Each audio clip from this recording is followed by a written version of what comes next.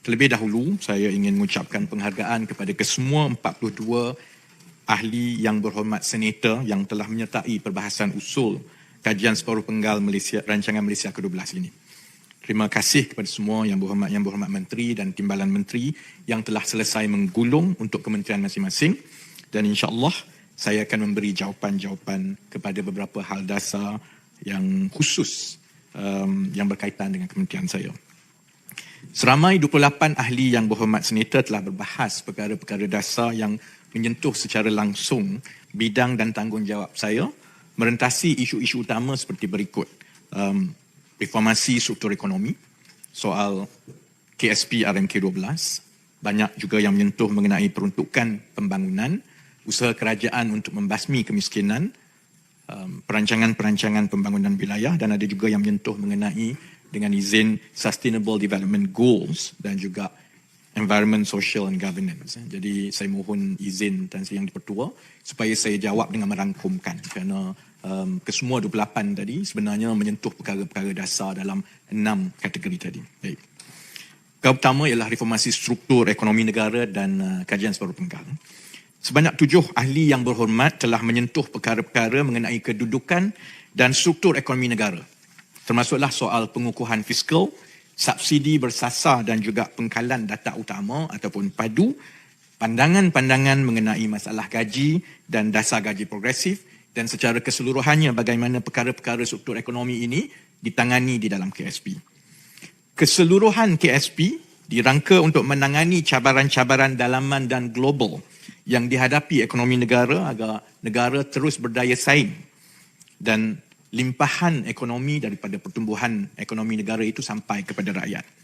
Pun begitu, di sebalik prestasi ekonomi mutakhir negara kita yang menunjukkan bahawa kita telah pulih daripada kesan ekonomi akibat COVID-19, kita juga perlu menerima hakikat bahawa ekonomi kita mempunyai masalah-masalah struktur yang akan mengurangkan kemampuan kita untuk bersaing dalam keadaan ekonomi global yang sangat mencabar. Kita adalah sebuah negara dagang yang secara relatifnya sebenarnya adalah bersaiz besar. Maka kita akan terus dipengaruhi oleh faktor-faktor luar selain dari kemampuan kita untuk bersaing dengan jiran-jiran kita di rantau ini. Oleh itu, keseluruhan dokumen kajian separuh penggal ini secara majoritinya memberi tumpuan untuk membangunkan dasar, tindakan, inisiatif dan ekosistem untuk menyelesaikan masalah-masalah struktur ekonomi ini, agar ekonomi negara berada pada landasan yang betul untuk mencapai potensi sebenar negara. Saya boleh rangkumkan masalah-masalah struktur ini kepada 3 kategori utama. Pertama, untuk memperbaiki kedudukan fiskal negara yang terbeban akibat hutang yang tinggi. Kedua, untuk membina enjin-enjin pertumbuhan baru bernilai tinggi untuk meletakkan Malaysia sebagai peneraju ekonomi di rantau ini. Dan ketiga, untuk menaik taraf daya saing tenaga kerja kita agar bakat rakyat dapat menarik pelabur masuk, juga untuk membina industri-industri baru tadi, dan seterusnya dapat meningkatkan tangga gaji rakyat secara keseluruhannya. Jadi Tan Sri Yang Dipertua, di dalam kajian separuh penggal, kerajaan telah membentangkan antaranya 17 anjakan-anjakan besar, iaitu strategi-strategi khusus untuk memperbaiki keupayaan kita mencapai sasaran-sasaran ini. Saya berterima kasih kepada ahli-ahli Dewan yang memberi pandangan mengenai subsidi bersasar, kerana ia adalah salah satu daripada anjakan besar yang diperlukan untuk membaiki kedudukan fiskal negara kita. Bagi tahun 2022, kerajaan menanggung subsidi pukal melebihi 80 bilion ringgit setahun, iaitu sekitar 27% dari keseluruhan belanja mengurus kerajaan. Secara rasional, kita semua sedar bahawa perbelanjaan ini lebih baik disasarkan kepada golongan yang benar-benar memerlukan, agar lebih banyak peruntukan dapat digunakan untuk khidmat rakyat dan belanja-belanja pembangunan yang lain. Soalnya ialah bagaimanakah kaedah yang paling adil kepada rakyat dan juga untuk kita dapat mengimbangi kesan makro kepada ekonomi kita seperti inflasi.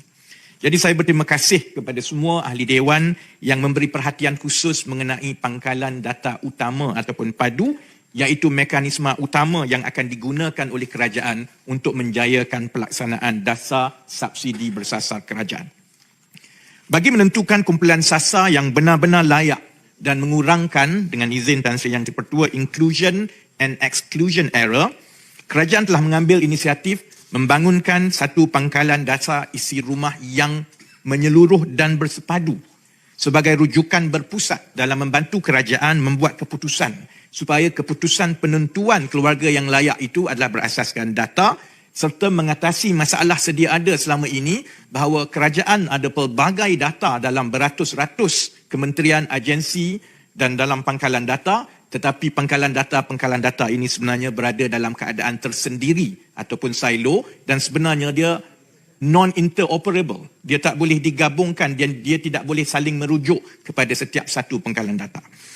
InsyaAllah padu dijadualkan akan dilancarkan pada bulan Januari 2024 dan apabila padu beroperasi, ia akan mengintegrasikan data-data mikro daripada pelbagai agensi kerajaan bagi mewujudkan profil data semua individu di dalam setiap satu isi rumah. Dan sistem padu ini juga selepas dilancarkan akan dibuka kepada rakyat untuk setiap rakyat Malaysia mengemaskinikan maklumat mereka.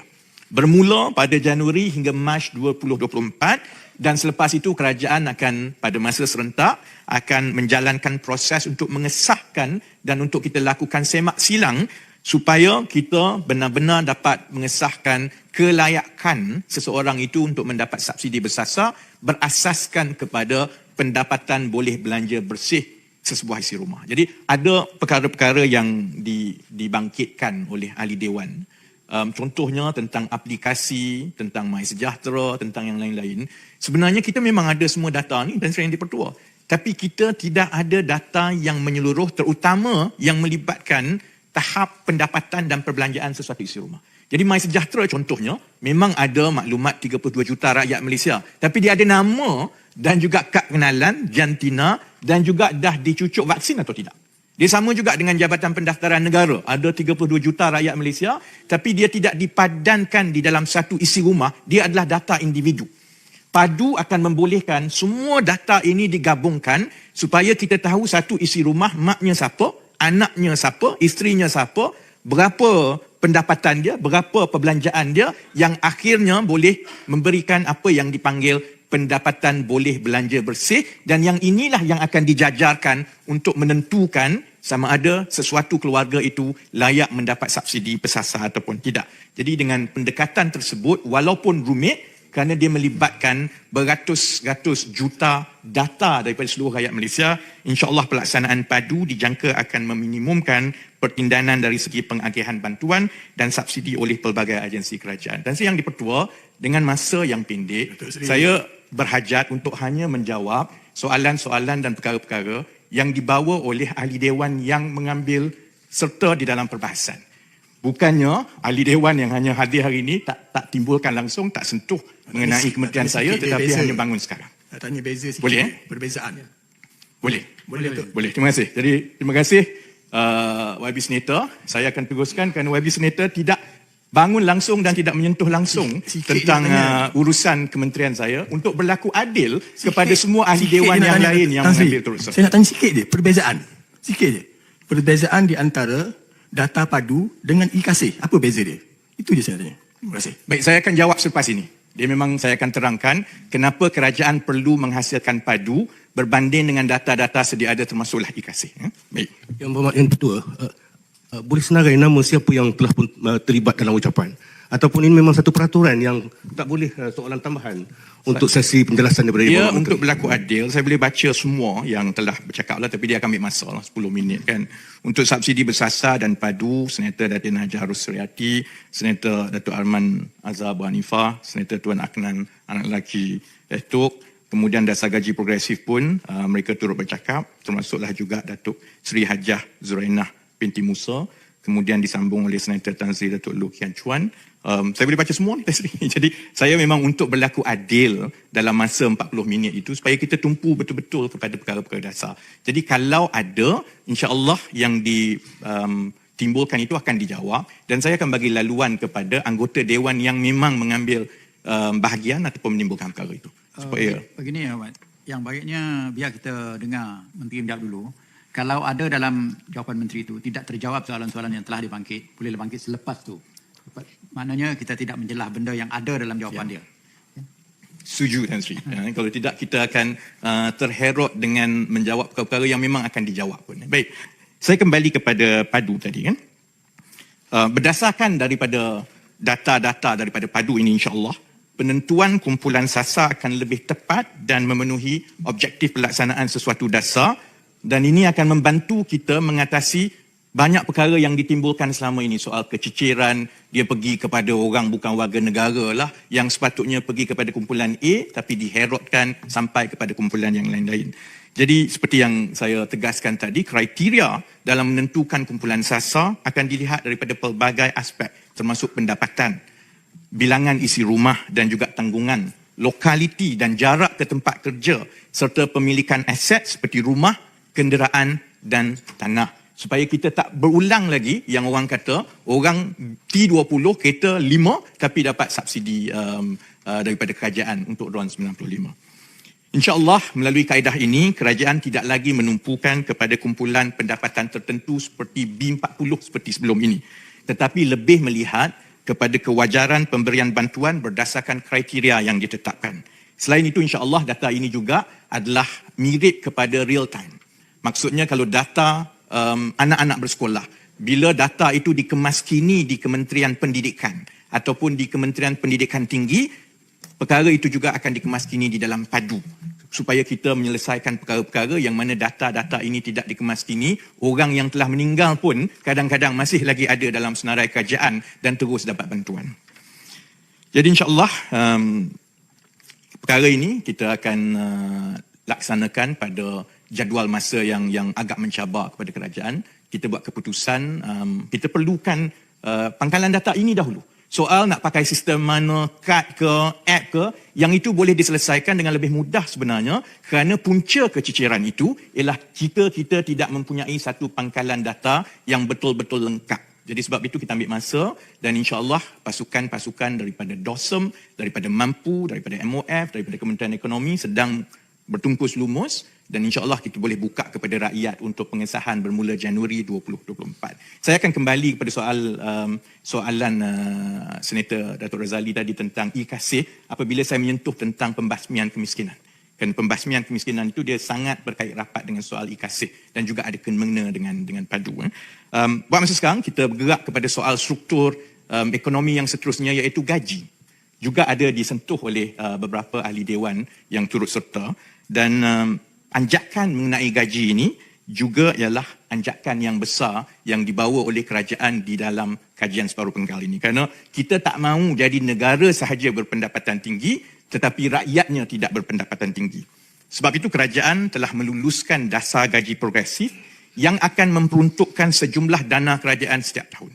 Sama Tan Sri seperti mana kita peruntukkan wang untuk bina bangunan, untuk buat lapangan terbang, kerajaan perpaduan ini telah mengambil keputusan bahawa kita perlu campur tangan terus di dalam soal gaji rakyat Malaysia kerana data menunjukkan bahawa gaji kita tidak meningkat pada kadar yang sewajarnya berbanding dengan kenaikan kos sara hidup. Dan peruntukan itu datang daripada kerajaan tiap-tiap tahun. Dan untuk kita pastikan perkara ini boleh membuat anjakan kepada tangga gaji rakyat mengikut sasaran kerajaan. Sebab itu kita perlu wujudkan satu ekosistem yang mampan mengenai penggajian di sektor swasta untuk menaikkan gaji rakyat secara berkala dari satu tahun ke satu tahun. Dasar gaji progresif ini insya-Allah akan menjadi pelengkap kepada dasar gaji minimum yang sedia ada dan juga sistem upah yang dikaitkan dengan produktiviti ataupun PLWS. Bezanya begini. Apabila kerajaan dan pentadbiran sebelum ini memperkenalkan gaji minimum ini hanya terpakai kepada pekerja-pekerja bawahan yang tidak berkemahiran. Apabila dilaksanakan di negara-negara lain, pengalamannya ialah apabila gaji paling bawah itu ditetapkan pada paras tertentu, majikan menaikkan gaji yang ke atas itu secara setara untuk membezakan di antara pekerja berkemahiran rendah, separa kemahiran dan tinggi. Dekat Malaysia dia tak jadi macam tu. Dia sebenarnya menarik ke bawah setakat ini data yang kita keluarkan. Sebab itu kita keluarkan data upah rakyat setiap suku tahun. berdasarkan gaji setiap rakyat yang ada di KWSP, di EPF, di Jabatan Akauntan Negara, dan data itu secara jelas menunjukkan bahawa untuk 2-3 tahun kebelakangan ini, gaji terutamanya pekerja-pekerja yang memulakan pekerjaan sama ada graduate ataupun entry level, dia sebenarnya terherot semakin ke bawah. Dan pandangan kita ialah kerana gaji minimum itu kalau tidak berhati-hati, digunakan sebagai ukuran penanda aras bawah. Kalau atas sahaja gaji minimum, dah kira okey. Dia tak kira sebenarnya yang bekerja itu telah melalui latihan, ada ijazah, nilai kemahirannya lebih tinggi, asalkan 200 lebih tinggi daripada gaji minimum, dikira okey. Dan kalau kerajaan tidak campur tangan, keadaan ini akan berterusan. Begitu juga dengan sistem PLWS yang sedia ada. Sistem ini menyediakan satu ekosistem supaya majikan boleh memberi insentif gaji yang lebih berdasarkan produktiviti, tetapi ia sebenarnya tidak wajib dan dia bergantung sama ada majikan nak ikut ataupun tidak. Jadi sebab itu kerajaan mengambil keputusan, antara yang paling awal kita buat keputusan ialah kita perlu campur tangan di dalam sistem gaji rakyat di dalam sektor formal untuk sektor swasta yang tidak pernah dibuat sebelum ini. Jadi insya-Allah saya berharap itu akan dapat memperbaiki gaji penengah rakyat daripada satu tahun ke satu tahun, kerana berdasarkan data, gaji penengah rakyat hanya mencatatkan RM2,250 pada tahun 2021. Maksudnya daripada sekitar 7 juta pekerja swasta kita yang ada gaji dan slip gaji tiap-tiap bulan pada tahun 2021, 50% daripada mereka, setiap seorang tu 50%, gajinya di bawah RM2,250. Dan ini sangat jauh sebenarnya daripada sasaran kerajaan untuk kita mencapai gaji penengah 2,700 seperti yang kita sasarkan. Itu pun saya tahu masih lagi kita kata rendah. Sebab itu kalau kita serahkan bulat-bulat kepada pasaran ataupun majikan, saya tak yakin perkara ini dapat diperbaiki. Sebab itu kita yakinkan kerajaan sedia ada dengan segala keterbatasan, kita kena sediakan peruntukan berbilion ringgit tiap-tiap tahun supaya kita boleh campur tangan terus. Ada banyak soalan-soalan yang ditanya, terutamanya daripada majikan, daripada ahli dewan tentang sebenarnya macam mana kita nak laksanakan ini. Memang betul, ia tidak pernah dilaksanakan di mana-mana. Yang itu saya boleh akui. Jadi ia jadi satu cabaran yang besar kepada negara kita, kerana negara lain tindak balas kepada sesuatu dasar gaji kerajaan itu tak sama macam kita. Negara lain kalau ada gaji minima, dia naik. Tapi kita dia herotkan sedikit kan. Jadi kita terpaksa bangunkan dasar gaji minim progresif ini berdasarkan acuan kita sendiri. Kita mengambil kira contohnya, kita tak boleh paksa semua majikan. Kerana daripada 100% entiti perniagaan yang ada di negara kita, 79% adalah bersifat perniagaan mikro, Tan Sri Yang di-Pertua. Ini adalah yang disebut oleh Timbalan Menteri KPDN tadi. Pendapatan tahunan kurang daripada 300,000 setahun. Kemudian pekerja 5 orang ke bawah. Dan sebahagian besar daripada mereka adalah di dalam sektor dengan izin F&B, yang gerai, yang restoran. Kalau kita paksa, maka daripada kita nak menaikkan gaji, mereka akan tutup kedai, gulung tikar. Jadi sebab itu, dengan peruntukan yang ada, kerajaan mengambil pendekatan bahawa dasar gaji progresif ini perlulah bersifat sukarela. Dia mestilah berteraskan insentif dan ia perlu terkait dengan produktiviti supaya ada pertanggungjawaban di antara majikan dan juga di antara pekerja. Dasar ini tidak bersifat mandatori bagi membolehkan majikan diberikan masa yang mencukupi dan dapat menyesuaikan pelan perniagaan sebelum menyertai dasar ini, memandangkan majikan akan mengalami peningkatan kos buruh apabila menaikkan gaji pekerja. Cuma kita berharap apabila dasar ini dilaksana dengan lebih meluas, ia akan mewujudkan pasaran bakat yang lebih cekap. Majikan-majikan tahu bahawa majikan yang tidak mahu membayar gaji mengikut kerangka dasar gaji progresif, mereka akan diketepikan oleh bakat-bakat pekerja yang ada. Maka itu akan menghasilkan pasaran bakat yang lebih baik dan itu akhirnya insya-Allah akan menjadi satu dengan izin Tan Sri Yang di-Pertua push factor, supaya dia akan melonjakkan seberapa banyak majikan untuk turut serta dan mula membayar mengikut kerangka gaji progresif yang ditetapkan oleh kerajaan. Saya tak ada jam Tan Sri Yang di-Pertua kan, saya bercakap sampai pukul 7 nanti. Free flow kan? Yang itu saya tanya Tan Sri, saya tak tanya ahli dewan. Saya masa macam mana ni Tan Sri? Sebenarnya dia orang Yang Hormat Menteri, sebenarnya dia orang mengantuk sikit. Itulah dia, saya biar bercakap sikit-sikit lah. Okey. Adalah sikit, jangan dekat sangat dengan Dewan Rakyat tu. Tapi Okey. adalah bunyi dia. InsyaAllah. Jadi saya sebab selalunya ada jam. Hari ni tak ada jam kan. Tak apa, saya sebenarnya membiarkan Menteri sebab ini menggulung yang terakhir. Okey. InsyaAllah saya kena tengok yang kat situ lah. InsyaAllah tak sampai pukul 6. Kita nak. Kalau saya boleh minta Tan Sri Yang di-Pertua dalam 20 minit lebih saja lagi. Boleh lah, boleh. Dan, Saya pun ada urusan juga lepas. Baik, kita kembali kepada dasar gaji progresif. Jadi kepada majikan, insyaAllah majikan akan menerima insentif berbentuk tunai yang akan disalurkan setelah majikan mengemukakan dokumen berkaitan sebagai bukti telah memenuhi keperluan dasar ini. Dia kena naikkan gaji dulu, kemudian tunjukkan bukti, itu baru boleh bayar. Dia bukan kerajaan akan bagi insentif bulat-bulat kan. Dan insentif berbentuk tunai ini adalah penting bagi menggalakkan majikan untuk menyertai dasar ini, terutamanya dalam kalangan perusahawan mikro, kecil dan sederhana. Dan insyaAllah oleh kerana peruntukan itu ditentukan oleh kerajaan, maka ia dapat mengimbangkan beban kewangan kerajaan juga kerana insyaAllah dia akan dilaksanakan atas dasar dengan izin Tan Sri first come first served. Mana yang memohon dan dia menepati syarat dia akan dapat. Siapa tak dapat kerana kuota itu telah dipenuhi berdasarkan peruntukan yang kerajaan telah bagi untuk tahun itu, dia kena tunggu tahun depan. Dasar ini juga insyaAllah terkait dengan produktiviti. Dalam hal ini, pekerja diwajibkan untuk menghadiri latihan peningkatan kemahiran yang diiktiraf oleh kerajaan.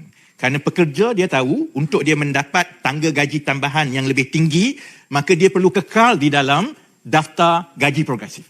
Tapi untuk terus kekal di dalam daftar gaji progresif itu, mereka perlu memenuhi syarat-syarat latihan supaya bukan saja dia meningkatkan bakat dan kebolehpasaran mereka, bakat itu dan latihan itu akan boleh membantu mereka meningkatkan produktiviti di tempat kerja. Jadi itu akan mengimbangi keperluan gaji yang lebih baik kepada pekerja, tetapi juga untuk berlaku adil kepada majikan supaya majikan juga dapat manfaat daripada produktiviti yang lebih baik. Peruntukan bagi melaksanakan dasar ini adalah bergantung kepada kemampuan kewangan kerajaan. Kerana kita telah melalui banyak dasar-dasar sebelum ini yang mulanya dengan peruntukan yang sedikit tetapi dia terus membesar sehinggalah dia menjadi beban kewangan yang besar kepada kerajaan. Kita berbincang panjang tentang soal subsidi dan seperti yang saya sentuh awal tadi, dia dah sampai ke peringkat yang dia jadi beban besar. Jadi bila kita merangka dasar gaji progresif ini, yang penting ialah peruntukan itu dikawal oleh kerajaan supaya kalau ada lebih, kita bagi lebih. Kalau kita perlu hadkan pada kadar-kadar tertentu, kita hadkan dan sudah tentu kita nak daripada satu tahun ke satu tahun, itu akan terus memberi manfaat kepada lebih banyak orang, tetapi pada masa yang sama perlulah diseimbangkan dengan kedudukan kewangan kerajaan. Tan Sri Yang di-Pertua, kerajaan insya-Allah akan membentangkan kertas putih cadangan pelaksanaan dasar gaji progresif ini dalam sidang Dewan Rakyat yang akan datang, insyaAllah. Dan mekanismenya akan diterangkan dengan lebih jelas lagi supaya kita perlukan penglibatan dan juga cadangan-cadangan daripada semua pihak pemegang taruh. Bukan saja Dewan Rakyat, Dewan Negara, tetapi juga rakyat dan majikan. Kerana saya sebut tadi, ini adalah satu perkara yang betul-betul mencabar dan kita perlu rancang dengan teratur supaya kita boleh mula bangunkan satu kerangka dasar gaji yang membantu kita untuk mencapai sasaran bahagian pampasan pekerja untuk mencapai 45% daripada KDNK dalam tempoh 10 tahun. Kita sekarang ni ada dekat 32% saja. Jadi kalau kita tidak ada campur tangan dan dasar seperti ini, kebimbangan saya, ekonomi berkembang dari satu tahun ke satu tahun, tapi jumlah daripada ekonomi itu yang pergi kepada pekerja dan keluarga kita dia semakin mengecil peratusannya. Kerana itulah yang telah berlaku sejak beberapa tahun yang lalu. Yang Amat Berhormat Datuk Seri Anwar telah meletakkan sasaran 45% untuk kita capai dalam tempoh 10 tahun dan insya-Allah salah satu kaedah utama ke arah itu ialah dengan melaksanakan dasar gaji progresif ini. Tan Sri Yang di-Pertua, perkara yang seterusnya yang banyak disentuh oleh ahli dewan ialah soal peruntukan pembangunan dan juga soal keseimbangan pembangunan wilayah. Seramai 14 ahli dewan telah mengulas mengenai perkara ini dan saya perlu jelaskan bahawa peruntukan pembangunan ataupun developmental expenditure DE diagihkan sebenarnya untuk melaksanakan projek-projek yang diluluskan berdasarkan permohonan dan keperluan yang dikemukakan oleh kementerian-kementerian di peringkat kerajaan persekutuan. Dan dia sebenarnya tidak datang daripada kerajaan negeri. Sebab setiap kali kita bercakap tentang peruntukan, soalnya ialah... Minta mencelah yang di Pertua. Ya. Boleh saya habiskan sekejap sebab saya rasa dia akan sampai soal Sekarang dia dalam situasi ini saya perlu sebab soalan saya ringkas saja kerana bila kita bercakap tentang minta projek, selalunya jawapan kepada menteri-menteri kita adalah dia mesti pergi kepada keutamaan negeri. Sekarang bercanggah dengan jawapan menteri pada hari ini. Terima kasih. Terima kasih Tan Sri. Ini peluang untuk saya terangkan dengan lebih sedikit mendalam. Prosesnya begini yang berhormat. Sebelum mengemukakan permohonan projek kepada Kementerian Ekonomi, akhirnya senarai itu akan disemak dan diluluskan kos dan juga projek itu di peringkat Kementerian Ekonomi. Tetapi sebelum sampai kepada Kementerian Ekonomi, semua kementerian akan melaksanakan perancangan dia dan memang syaratnya bahawa semua kementerian dan agensi persekutuan ini telah diminta supaya mengadakan satu sesi libat urus dengan pihak-pihak berkepentingan di peringkat negeri. Jadi memang pada pandangan saya telah melalui 2 pusingan belanjawan. Mula-mula masa kita Kerajaan Perpaduan mula ambil alih dan yang ini untuk terbaru untuk belanjawan 2024. Memang kementerian dan agensi masing-masing telah pun ambil kira, berbincang. Cuma yang berlakunya begini. Kementerian masing-masing ada senarai seluruh negara. Kalau ambil contoh Kementerian Kerja Raya, semua jalan-jalan yang perlu dibina atau dibaiki ini ada di seluruh negara. Jadi senarainya itu cukup panjang dan mereka perlu mengagihkan mengikut keutamaan dan juga supaya berlaku adil dengan seberapa yang baik kepada semua negeri. Sedangkan negeri-negeri pula, apabila mereka melihat kepada kawasan mereka, mereka juga ada senarai keutamaan masing-masing. Jadi mungkin senarai keutamaan negeri ada 10 yang dipohon kepada Kementerian Kerja Raya. Tapi bukan semua 10 yang boleh diberikan. Mungkin 3 sahaja, 2 sahaja. Dan perkara ini adalah perkara biasa yang berlaku dari satu tahun ke satu tahun. Perkara itu bila sampai ke peringkat Kementerian Ekonomi, kita menggunakan beberapa landasan untuk kita memastikan agihan perbelanjaan itu berlaku seadil yang mungkin kepada negeri-negeri. Jadi, sebab itu, dalam KSP RMK 12 ini, penekanan khusus terus diberikan kepada keseimbangan pembangunan di antara wilayah-wilayah. Kerajaan sedar akan cabaran untuk merapatkan jurang pembangunan antara wilayah dan negeri serta kawasan luar bandar dan bandar yang akan terus wujud. Usaha untuk merapatkan jurang pembangunan ini adalah satu usaha yang berterusan, yang sentiasa akan menjadi keutamaan kerajaan selagi mana kesenjangan di antara wilayah-wilayah ini akan berlaku. Sebagai contoh, sehingga kini, keutamaan agihan peruntukan belanja pembangunan asas, DI asas, masih diberi kepada 6 negeri yang dikira kurang membangun, iaitu Kedah, Kelantan, Perlis, Sabah, Sarawak dan Terengganu. Dia tidak berubah walaupun ada pertukaran kerajaan. Kerana pandangan saya sendiri sebagai menteri yang bertanggungjawab ialah dasar adalah dasar. Dan perkara ini akan berterusan. Walaupun begitu, contohnya, kita juga kena lihat dan semak dari semasa ke semasa. Kerana bila dasar itu telah dibuat begitu dan kita teruskan, kita juga kena berlaku adil kepada 3 negeri yang pada pandangan saya menjadi negeri tengah ni. Dia bukan atas, dia bukan yang menjadi penjana pertumbuhan ekonomi yang paling atas, dia juga bukan negeri terbawah, dia negeri tersekat di tengah-tengah, iaitu Negeri Sembilan, Melaka dan Perak.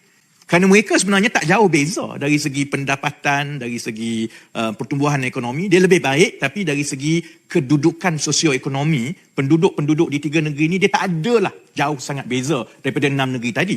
Tapi mereka memang mendapat peruntukan yang sebenarnya kurang berbanding dengan negeri-negeri lain. Jadi semakan ini akan terus berlaku dan setakat mana yang kita boleh buat, kita akan cuba pastikan bahawa ia diagihkan dengan seadil yang mungkin. Cuma saya perlu juga Tan Sri Yang Dipertua sebut perkara ini. Bahawa sementara kerajaan persekutuan kekal pada pendekatan begini, apapun perancangan kerajaan persekutuan ini tidak akan dapat tercapai tanpa sokongan daripada kerajaan-kerajaan negeri.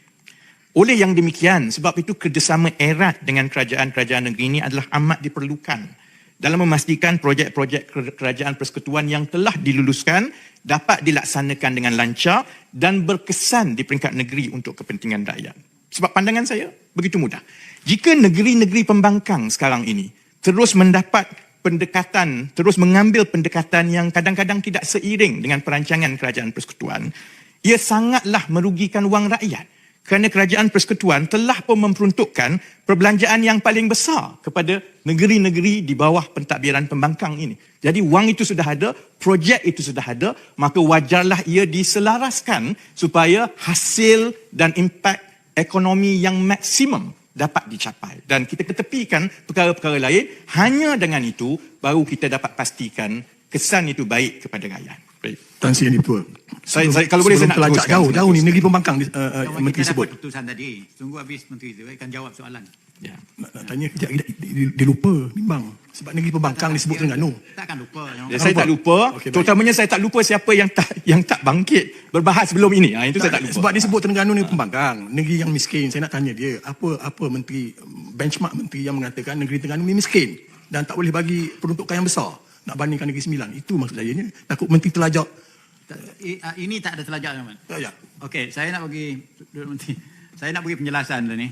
Kadang-kadang kita dalam perbahasan, apabila satu-satu perkara kita bahas, dah berlalu perkara ini, nak bangkit lagi apabila menteri dah berpindah kepada satu perkara lain, kadang-kadang kita kata itu dah habis ni. Tapi sekali ni kita dah bagi tahu tadi, biar menteri jawab dulu. Jadi tak ada subject matter pun akan terlepas.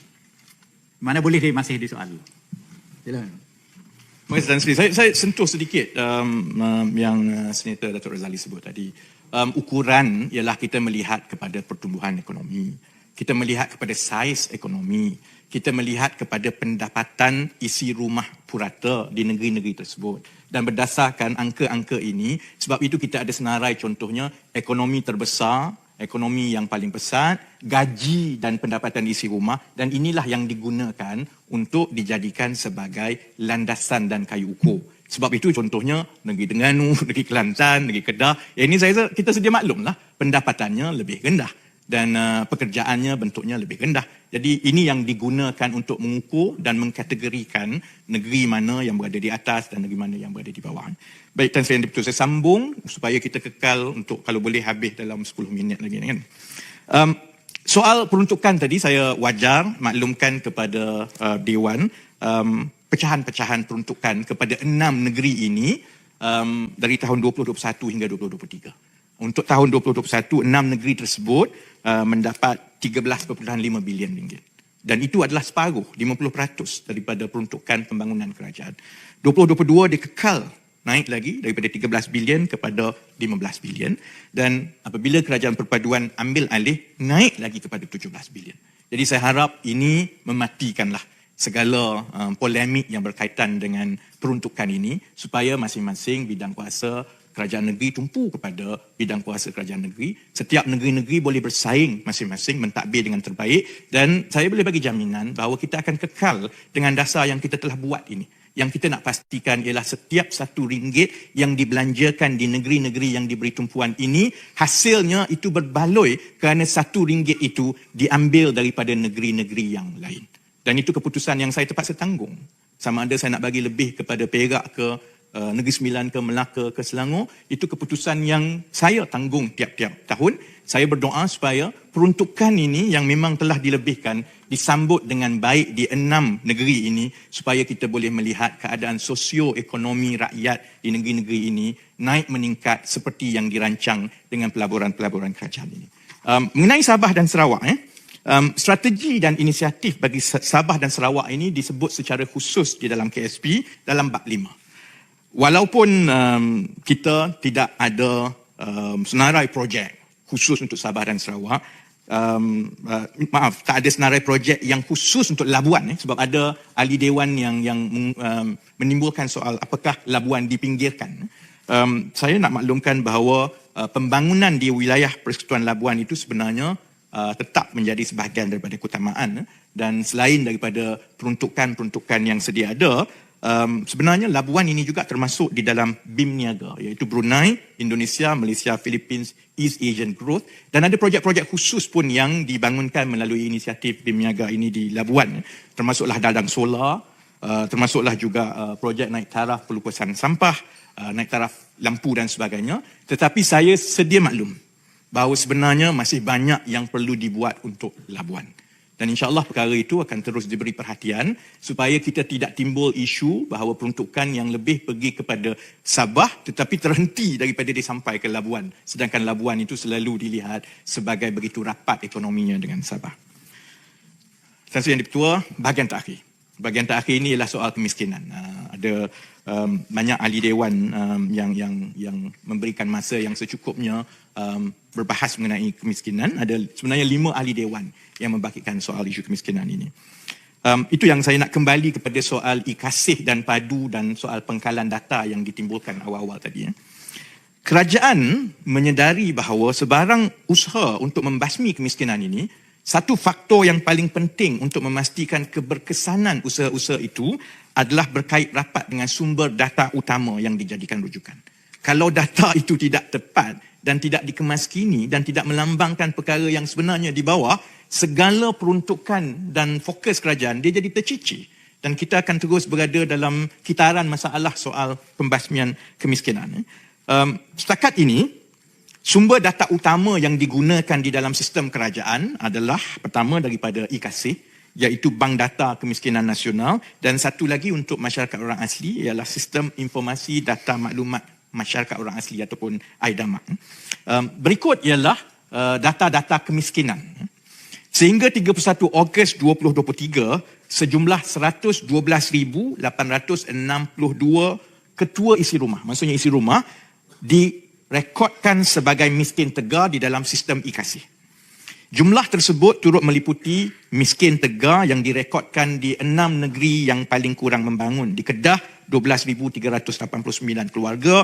Di Kelantan, 10,434 keluarga. Di Terengganu, 6,331 keluarga. Di Perlis, 4,040 keluarga. Di Sabah, 23,070 keluarga. Dan di Sarawak, data ini sering menjadi perdebatan. Mengikut IKASih sekarang, Sarawak ada 24,747 keluarga miskin tegar dan seri, dan kita tahu dan terus berbincang dengan Kerajaan Negeri Sarawak kerana data ini dipersoalkan.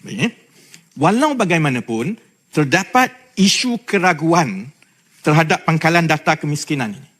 Seperti yang sering dibangkitkan oleh pelbagai pihak. Di pihak wakil rakyat sendiri selalu timbul soal yang miskin tak ada, yang tak miskin ada. Di peringkat kerajaan pula, kita berhadapan dengan masalah bila satu keluarga itu ataupun penerima itu dia telah masuk IKASih dan daripada IKASih ini dia dapat semua bantuan yang lain, dia tak nak keluar dah. Dan dia tidak kemaskini data. Jadi sebab itu kita faham cabaran-cabarannya. Walaupun pemutihan data IKASih itu memang mengambil banyak masa dan dibuat secara berkala, tetapi dari sudut kesahihannya, sumber data yang ada di dalam IKASih sebagai data utama kemiskinan negara masih lagi mempunyai cabaran-cabarannya. Kemudian, kita juga berhadapan dengan satu lagi cabaran. Pelaporan mengenai kadar kemiskinan mestilah mengikut piawai antarabangsa. Dan piawai antarabangsa itu adalah berdasarkan kaedah yang dibuat oleh Jabatan Perangkaan Malaysia. Kerana kita terbitkan data untuk kegunaan dunia, di peringkat agensi antarabangsa untuk membandingkan data itu mestilah mengikut piawai kaedah-kaedah. Dan ini yang perbezaan besar. Kaedah piawainya ialah melalui survei pendapatan dan perbelanjaan isi rumah yang dibuat setiap 2 tahun sekali. Dan mengikut kaedah piawai itu, sebenarnya kemiskinan tegar pada peringkat nasional direkodkan sebanyak 0.2% sahaja. Iaitu jumlah isi rumah miskin tegar di negara ini sebenarnya 18,445 bilangan isi rumah berbanding dengan yang ada di dalam IKASih sebanyak 112,800 lebih. Sebabnya ialah kerana kita menghadapi kesukaran untuk memutihkan dan memastikan data itu benar-benar tepat dengan ada seperti yang di bawah. Jadi sebab itu, seperti yang saya sebut sebentar tadi, pelaporan miskin tegar yang piawai di peringkat antarabangsa ini mestilah kita terima pakai. Jadi bila kerajaan ada 2 set angka yang berbeza ini adalah antara keputusan-keputusan yang akan dibuat di peringkat kerajaan supaya perkara ini perlu diselaraskan untuk tidak menimbulkan polemik dan juga masalah kepada pelaporan piawai ekonomi negara. Jadi insya-Allah itulah yang sebahagian daripada usaha kerajaan untuk mengintegrasikan ke semua pangkalan data yang ada dalam kesemua kementerian dan agensi ke arah menjadi padu supaya cabaran-cabaran yang ada selama ini di dalam IKASIH ataupun pangkalan data yang lain dapat diselesaikan dengan baik, supaya fokus kita itu betul-betul berasaskan data yang tepat.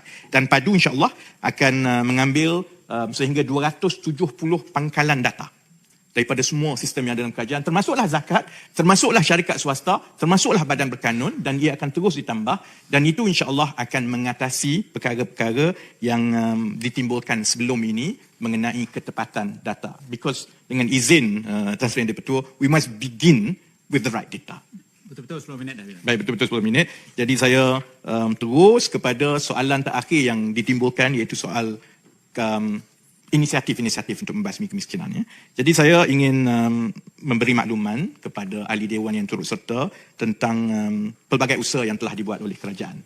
Ada yang diteruskan daripada kaedah-kaedah lama, tapi yang ditumpukan secara khusus oleh kementerian saya ialah melalui satu program yang diberi nama Inisiatif Pendapatan Rakyat ataupun IPR, yang bezanya ia menggunakan template supaya kita mengurangkan risiko perniagaan dan pelaksanaan di peringkat penerima, dan sebahagian besar risiko itu ditanggung oleh kerajaan dengan penyediaan template-template khusus, dan penerima-penerima ini sebenarnya hanya masuk dan ada template, dan insya-Allah mereka akan mendapat sekurang-kurangnya RM2,000 tambahan pendapatan sebulan. Ya. Setakat ini pelaksanaan IPR telah mendapat sambutan yang baik. Sehingga 14 September 2023, sejumlah 124,623 permohonan telah diterima, dan daripada keseluruhan permohonan itu setelah disemak silang untuk menentukan kelayakan, sejumlah 45,631 individu sekarang ini berada dalam senarai yang menunggu mendapat tempat di dalam program ini untuk dipadankan dengan salah satu daripada 3 inisiatif ini. Dan 3 inisiatif rintis tersebut termasuklah inisiatif usahawan tani ataupun INTAN, inisiatif usahawan makanan ataupun INSAN, dan inisiatif operator perkhidmatan ataupun IHSAN. Dan pelaksanaan IPR ini turut memberi tumpuan di 6 negeri yang kurang membangun tadi, termasuklah program-program INTAN berskala besar yang melibatkan tanah sekurang-kurangnya 100 ekar di negeri-negeri kurang membangun tadi, termasuklah di Setiu Terengganu sekarang sedang dilaksanakan, di Kota Marudu dan di Kinabatangan Sabah, di Cuping Perlis dan juga di Bukit Tangga Kedah. Kalau saya boleh terus untuk saya gulung dan tutup Tan Sri Yang di-Pertua, kalau ada maklumat yang berkaitan secara terperinci mengenai penerima dan sebagainya, yang itu saya boleh bekalkan secara bertulis. Tan Sri Yang di-Pertua, setakat ini dahulu penjelasan saya. Saya ucap terima kasih kepada semua kementerian dan agensi yang telah turut serta, yang telah menggulung. Terima kasih kepada kesemua kepimpinan dan kekitangan Kementerian Ekonomi yang telah mengusahakan kajian separuh penggal ini, dan terima kasih kepada semua ahli dewan. Boleh saya mencelah? Boleh. Boleh. Janji. Kalau ada celahan. Ladies first ke? Ada 3 orang kan? Okay, terima kasih Yang Berhormat Menteri. Your explanation dengan izin very clear, very precise. Tetapi yang saya seronok tengok bila Yang Berhormat Menteri menjawab dengan senyuman, tak lepas senyuman tu. Jadi alhamdulillah syukur. Jadi kami di Dewan Negara ni, bila kami bertanya Yang Berhormat Menteri, kami ni bertanya dengan berhemah. Diajar oleh Yang di-Pertua Dewan Negara, ya, dan diingatkan selalu supaya bertanya dengan hemah. Jadi insya-Allah Yang Berhormat Menteri pun akan menjawab secara berhemah, insya-Allah. Saya ada 3 soalan Yang Berhormat Menteri, ya. Short ones. I've written it down. Saya menyambut baik semua usaha mereformasikan ekonomi kami. Saya ingin tahu, bolehkah saya mohon butiran bagaimana Kementerian Ekonomi akan menstrukturkan semula ekosistem insentif dan pelepasan cukai untuk menggalakkan pelaburan domestik dan tidak hanya mengutamakan pelaburan asing yang pulangannya tidak berapa jelas. Itu yang pertama. Yang kedua, bagaimanakah pihak kementerian akan memastikan syarikat majikan yang mendapat faedah gaji progresif ini bukannya syarikat yang memang sudah membayar gaji yang tinggi kepada pekerja mereka? I come from the corporate sector, Yang Berhormat Menteri, ya, dengan izin Yang di-Pertuan. Contoh, ya, di KL banyak syarikat besar memang membayar gaji tinggi dan gaji daripada gaji minima. So how are you going to curb that and look at that, dengan izin? Yang ketiga dan terakhir, saya juga ingin memohon pandangan YB sama ada kementerian boleh mempertimbangkan cadangan yang saya bangkitkan berkaitan the CEO pay disclosure ratio. dengan izin, dan juga salary transparency law. A lot of majikan akan marah dengan saya lah sekarang ni. But bagi saya, dengan adanya perkara ini, ia akan membenarkan market forces dengan izin untuk meningkatkan lagi gaji rakyat kita. Terima kasih. Assalamualaikum. Dan saya jawab satu-satu dengan cepat. 3 soalan tadi. Soalan yang pertama ialah tentang dasar insentif dan sebagainya. Tanggungjawab fiskal itu sebenarnya berada di bawah Kementerian Kewangan. Dan tetapi dasar makro yang menyeluruh dan soal pertumbuhan dan penggalakan pelaburan domestik ini dia juga berkaitan dengan ekosistem. Perkara itu dibincangkan di MTEM. Jadi insyaAllah buat masa sekarang, memang tumpuan kita ialah tumpuan kami di Kementerian Ekonomi ialah kepada 3 masalah struktur ekonomi yang saya sebut tadi. Soal fiskal, kemudian soal enjin pertumbuhan baru dan kemudian soal bakat. Tetapi saya tahu bahawa Kementerian Kewangan pun menumpukan kepada langkah-langkah khusus untuk menggalakkan pelaburan domestik. Saya yakin itu akan dibawa dari satu semasa ke semasa. Soalan kedua tentang bagaimana kita nak memastikan supaya syarikat-syarikat besar ini dia tidak dengan izin Tan Sri take a free ride dengan wang rakyat. Sebab itu dia dikhususkan kepada SME. Maksudnya hanya syarikat-syarikat yang mematuhi syarat-syarat yang kerajaan telah tetapkan, kerana fokusnya ialah kepada SME terlebih dahulu. Kerana kita tahu memang MNC dan sebagainya ini, mereka memang sudah membayar dan mampu membayar. Malah inilah juga yang menyebabkan masalah di dalam ekonomi kita, kerana pekerja yang baik daripada SME itu akan dicolek oleh syarikat yang lebih besar ini dengan tawaran gaji. Jadi kalau perkara ini berterusan, dia sebenarnya akan membawa kesan yang besar kepada ekonomi kita, kerana sebahagian besar ekonomi kita ini adalah SME. Jadi SME ini perlu diperkasakan dengan bakat yang lebih baik untuk mereka membina lagi SME ini kan. Dan soalan yang ketiga berkaitan dengan disclosure, soal gaji CEO dan sebagainya. Itu adalah syaratnya, iaitu untuk mematuhi dan layak menjadi majikan yang mendapat manfaat daripada gaji progresif. Ada 3 kriteria utama. Pertama ialah gaji permulaan. Gaji permulaan yang mematuhi syarat tertentu layak berada dalam dasar gaji progresif. Yang kedua ialah kadar kenaikan gaji tahunan. Dan yang ketiga ialah dari segi nisbah di antara pengurusan atasan dengan pengurusan pertengahan dan yang paling bawah. Dan ini akan digunakan untuk memberi pengiktirafan dan rating kepada majikan-majikan ini. Dan perkara ini akan diperhalusi oleh jawatan kuasa pelaksana yang akan sebenarnya akan membawa perkara ini ke peringkat majikan, peringkat pemegang taruh dan yang lain-lain. Terima kasih. Soalan tambahan, Pak Azmi? Yang Muhammad. Terima kasih kepada... Tunggu saya panggil baru cakap Yang Okey. Kena hormat, Pak. Okey, sila Yang Muhammad. Sila. Terima kasih Tan Sri Depusi. Kepada Yang Berhormat Menteri Ekonomi, pertama saya nak ucap tahniah atas dasar gaji progresif yang telah dibincangkan. Ini salah satu inisiatif baik pada kerajaan. Tetapi ketegasan kerajaan ni perlu ada. Kalau kita buat dasar gaji progresif ni, tidak ada ketegasan kerajaan tentang pelaksanaan, untuk negara kita ke arah negara maju, still akan go back to square one. Itu yang pertama. Soalan yang utama bagi saya tertarik tentang big data. Di mana pihak kerajaan memerlukan big data untuk menyelesaikan isu rakyat tentang subsidi dan sebagainya. Dan hari ini kerajaan mengeluarkan kenyataan akan menggunakan sistem padu. Sedangkan ramai di antara kita tahu kita sudah ada aplikasi yang telah digunakan pakai oleh majoriti rakyat Malaysia. Apabila kita nak membina aplikasi baru seperti padu dan sebagainya, kos itu akan memain peranan. Kenapa pihak kerajaan tidak mengambil inisiatif untuk membuat enhancement kepada sistem aplikasi MySejahtera yang telah dimuat turunkan oleh majoriti rakyat Malaysia, seterusnya boleh menyelesaikan kos dan juga duit rakyat itu sendiri. Kerana hari ini kita menjadi persoalan bila kita nak buat aplikasi baru. Kita perlu perbelanjaan tinggi. Kedua, bagi saya untuk pembudayaan minda rakyat Malaysia ni, bila nak suruh mereka download aplikasi baru, saya rasa bukan satu perkara mudah. Sedangkan kita dah ada aplikasi yang telah dimuat turunkan. Jadi bagi saya, pihak kerajaan perlu mengambil satu inisiatif mempunyai sistem big data yang penuh untuk penggunaan masa hadapan. Sebab jangan nanti bila tukar kerajaan, sistem baru. Jadi tidak menyelesaikan masalah isu big data. Jadi saya rasa synchronization atau enhancement kepada satu sistem amat penting untuk kita melangkah ke arah negara maju. Jadi saya mohon Menteri Ekonomi Yang Berhormat Rafizi yang segak dan sentiasa senyum memberikan penjelasan yang jelas. Terima kasih. Yang Muhammad jangan jawab dulu. Saya minta dua ni jawab soalan dulu.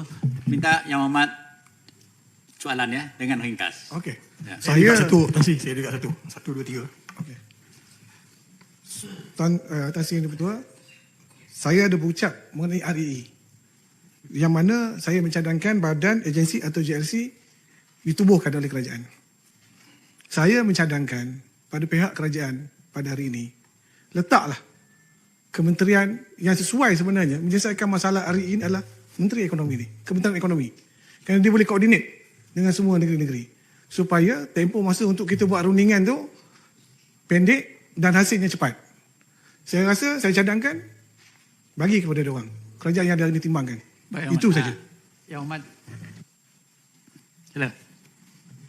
Terima kasih Tan Sri Yang Dipertua. Saya ingin menyentuh tentang, saya tertarik dengan Jangan sentuh enjin. lagi soal saya Ahmad. Ya, supaya dia tahu enjin pertumbuhan ekonomi negara, iaitu berkaitan dengan infrastruktur. So saya mohonlah supaya infrastruktur yang kita sebutkan di dalam perbahasan kita akan dilaksanakan dengan adil lah, dan ada kaitan juga dengan keutamaan-keutamaan negeri ini tadi.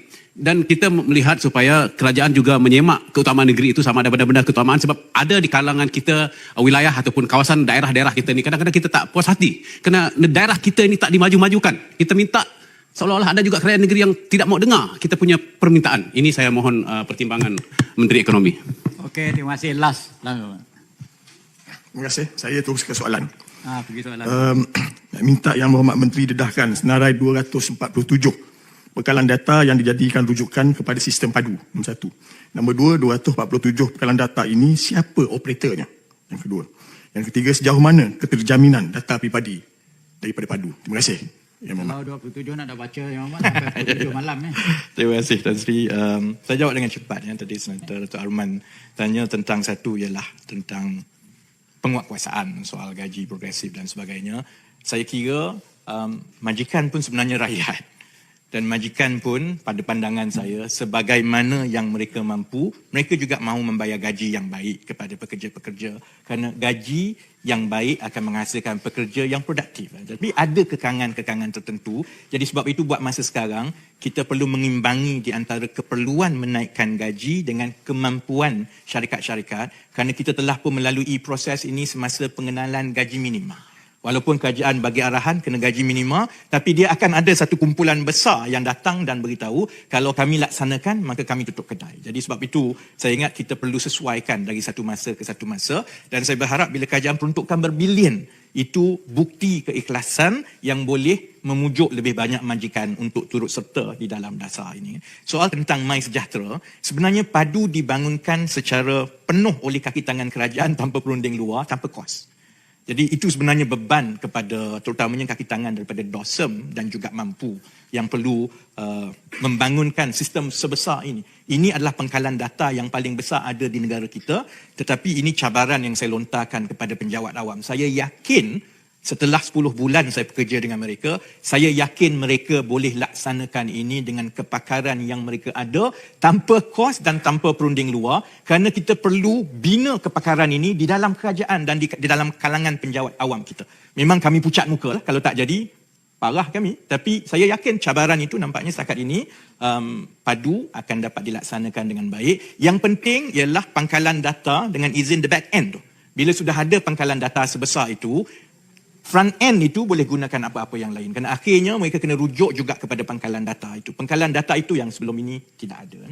Jadi Senator Datuk Samudin tanya pasal REE, saya terima kasih, tapi saya kalau boleh tidaklah. Kerana sebenarnya tugas yang ada di Kementerian Ekonomi ini sudah lebih daripada cukup, terutamanya untuk mengendalikan cabaran-cabaran ekonomi makro. Dan perkara itu saya ingat akhirnya perlu diselaraskan dan diharmonikan di antara peringkat kerajaan-kerajaan negeri dan juga agensi-agensi persekutuan. Yang terbaik ialah kalau kita boleh rangkumkan semua supaya keseluruhan rantaian nilai daripada pelumbungan itu kepada midstream, kepada syarikat-syarikat swasta dapat dibangunkan secara selari dengan dasar utama. Yang kita agak terbelakang sekarang, saya memang maklum bahawa kita sebenarnya agak ketinggalan dari segi dasar kita untuk memastikan REE ini dapat dikekalkan keseluruhan rantaian nilainya di dalam negara ini. Kalau tidak, kita akan ekspor semua dan kita rugi.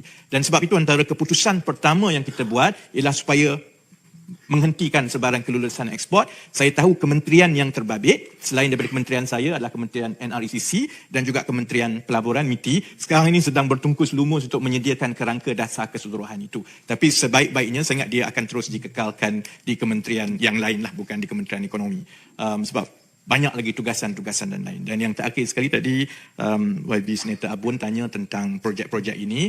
Projek yang berbentuk DE besar seperti jalan, hospital dan sebagainya itu memang diharmonikan sebaik yang mungkin di antara kerajaan negeri, kementerian terbabit dan kementerian ekonomi. Tapi saya faham juga untuk negeri-negeri seperti Sarawak, Sabah contohnya, keperluan infrastruktur kecil di pedalaman itu berbeza dengan yang ada di Semenanjung. Kerana jalannya pun tak ada dan airnya pun kadang-kadang tak ada. Sebab itu di peringkat Kementerian Ekonomi kita melancarkan inisiatif kemudahan rakyat. Supaya rakyat sendiri, penjawat awam, wakil rakyat, sesiapa pun boleh turut sama, terus memohon kepada kementerian dan kami boleh luluskan terus dan kami akan minta pihak berkuasa yang berwajib di kawasan itu mengambil peruntukan itu dan laksanakan secepat mungkin. Itu setakat ini saya lihat telah membantu terutamanya di Sabah dan di Sarawak dalam mempercepatkan pembinaan projek-projek kecil berbanding dengan kaedah sebelum ini yang rakyat kena bawa kepada pegawai kena bawa ke satu peringkat. Sekarang ini dia boleh terus, tapi sudah tentu dia juga bergantung kepada kemampuan untuk dilaksanakan di peringkat pihak berkuasa masing-masing. Soalan-soalan daripada Yang Berhormat Senator Datuk Razali tadi, kalau saya nak baca semua 247 tu dia panjang lah. Jadi perkara ini akan tunggu 2-3 bulan akan datang. Kalau perlukan jawapan bertulis pun kita boleh bagi jawapan bertulis. Dan yang saya boleh sebut begini, dia sebenarnya setiap agensi dan kementerian kita masing-masing ada pangkalan data. Kementerian Pendidikan ada, Pendidikan Tinggi ada, IKASih ada, Aidama ada, semua ini beratus-ratus. Semua ini digabungkan dan termasuk juga badan-badan berkanun seperti KWSP, Perkeso, termasuk juga lembaga-lembaga zakat. Termasuk juga pembekal-pembekal utility seperti TNB, seperti syarikat-syarikat air. Kerana kita nak membina keseluruhan data mengenai setiap isi rumah. Soal tentang keselamatan keselamatan data itu, secara praktis industri cyber security ini, sebab itu juga kenapa kerajaan mengambil keputusan untuk mewujudkan padu. Kerana bila pangkalan data ini ada di banyak tempat, kepakaran cyber security itu yang sebenarnya memerlukan kepakaran yang lebih tinggi daripada kejuruteraan perisian biasa, kepakaran itu tidak dapat dipusatkan. Dalam keadaan negara kita, pakar-pakar cyber security ini tidak ramai. Dan untuk membina satu kumpulan pakar cyber security kerajaan, mereka perlu ditempatkan di satu tempat supaya mereka boleh fokus kepada tugas itu berbanding dengan kaedah sekarang yang masing-masing ada pangkalan data tetapi kita tidak cukup orang untuk kita nak letakkan di sebanyak mana agensi. Jadi itulah sebenarnya juga satu strategi kerajaan apabila kita mewujudkan satu pangkalan data utama yang menjadi enjin data kerajaan, maka kerjaya pakar-pakar cyber security ini akan lebih terjamin dan mereka boleh dilatih dengan lebih baik dan itu akan memberi lebih banyak ruang kepada kerajaan untuk memastikan aspek cyber security itu lebih terjaga berbanding dengan keadaan sekarang. Jadi Tan Sri Yang di-Pertua, saya ingat itu memadai, kita dah dekat 5.40. Jadi saya ucap akhir sekali terima kasih kepada semua dan semua rakyat Malaysia yang telah mengikuti keseluruhan pembentangan dan perbahasan mengenai kajian separuh penggal. Saya yakin kalau kita benar-benar fokus dan positif dengan perkara-perkara yang baik seperti ini, insya-Allah anjakan-anjakan itu akan dapat membuahkan hasil kepada seluruh negara dalam masa yang ditetapkan. Sekian, terima kasih Tan Sri. Assalamualaikum warahmatullahi wabarakatuh.